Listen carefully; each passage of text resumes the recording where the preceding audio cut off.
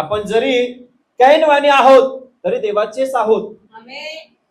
तुम्ही कसंही असू द्या माझ्या प्रियानं, तुम्ही उद्रापुत्रवाणी असू द्या, कैनवाणी असू द्या, साऊलवाणी असू द्या किंवा यहूदावाणी असू द्या, पण आपण आहोत तर देवाचेच आहोत ना.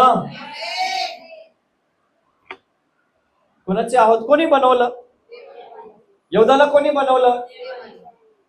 कैनाला कोणी बनवलं? उद्रापुत्राला कोणी बनवलं? देवाने बनवला ना.